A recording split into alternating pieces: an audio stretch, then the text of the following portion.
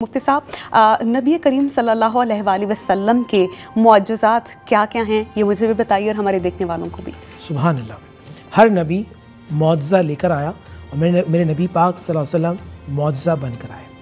ज़ाहिरी हाथ से अब मिसाल के तौर पे हुजूर के जिस्म पाक के जो मुअज्जिज़ात हैं मैं वो आपको बयान करना चाहता हूँ।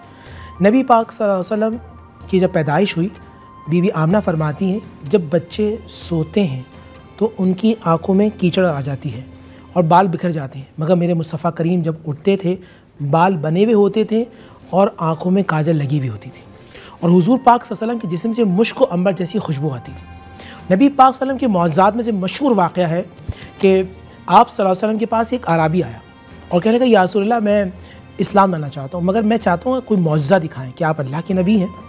आपने फरमाया क्या करना चाहते हो? तो देखा इधर हुजूर ने इस तरह हदीस के अल्फाज में उस तरह आपको करके दिखा रहा हूँ, चाहो तो निगाह डाली, फरमाया वो दरख्त जाओ उससे कहो कि तुम्हें मोहम्मद बुला रहे हैं सल्लल्लाहु अलैहि वसल्लम। वो आराबी गया, कहने लगा कि ए दरख्त तुझे अल्लाह के नबी बुला रहे हैं।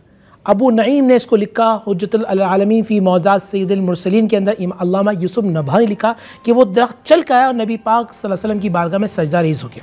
इसी तरह मिसाल के तौर पर एक बोतल है, इस बोतल में कितने लोग पी सकते हैं? अगर बहुत प्यास लगे 5-10 लोग, इससे ज़्यादा पी सकते हैं। अगर मैं आपसे कहूँ 100 लोग पी सकते हैं नाज़रीन से। बुखारी शरीफ की हदीस है कि 1400 सहाबा, कितने सहाबा थे? 1400 सहाबा थे हुजूर लश्कर के साथ, और गर्मी के दिन है और शदीद तरीन गर्मी। साहबी आया हुजूर के बाद, या रसूलल्लाह बहुत गर्मी, अल-आतश प्यास है। हुजूर ने फरमाया पानी लेके आओ। तो तकरीबन इतना पानी, जो बुखारी की हदीस है कि एक चुल्लू यानी एक घूंट इतना पानी होगा, वो हुजूर पाक सल्लल्लाहु अलैहि वसल्लम के पास लाया गया। हुजूर ने अपनी उंगश मुबारक उसमें रखी, बुखारी के अल्फाज ऐसे रखी। साहबा कहते हैं वल्लाही वज़्ज़ती, अल्लाह की इज़्ज़त की कसम, हम 1400 लोग पानी पीते रहे, जानवरों को पिलाते रहे, पानी था कि वो ख़त्म हो नहीं रहा था। नबी पाक सल्लल्लाहु अलैहि वसल्लम ने ऐसे इशारा किया सूरज की तरफ। जब सैयदना अली हैदर कर्रार करमल्लाहु वजहुल करीम हुजूर की बारगाह में थे, उस जानू पे, हुजूर के जानू पर, यानी हुजूर उनके जानू पर सर रख के आराम फरमाते, तो देखा कि नमाज असर जारी है।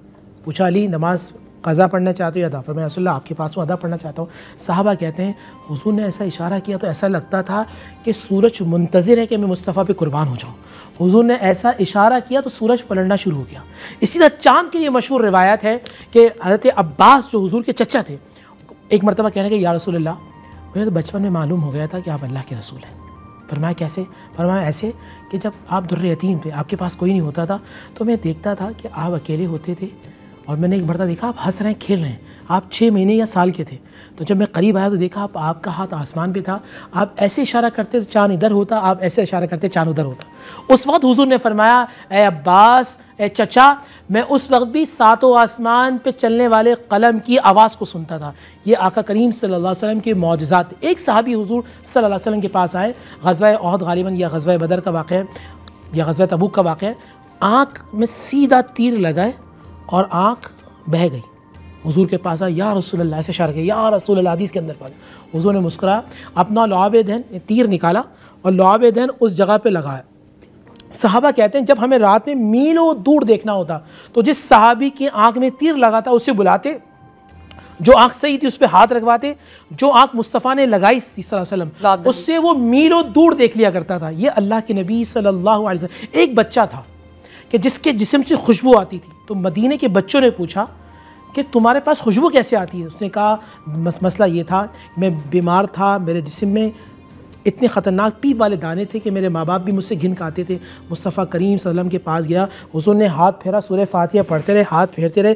जैसा हुजूर ने हाथ हटाया ऐसा लगता था कि कभी मेरे जिस्म में ज़ख़म नहीं था, और उस हाथ से जो मुस्तफ़ा ने लगाया था उससे आज भी खुशबू आती है। सुभान अल्लाह। आपा, बच्चों का जिक्र हुआ, नबी करीम सल्लल्लाहु अलैहि वसल्लम बच्चों के साथ कितनी शफ़क़त से पेश आते थे?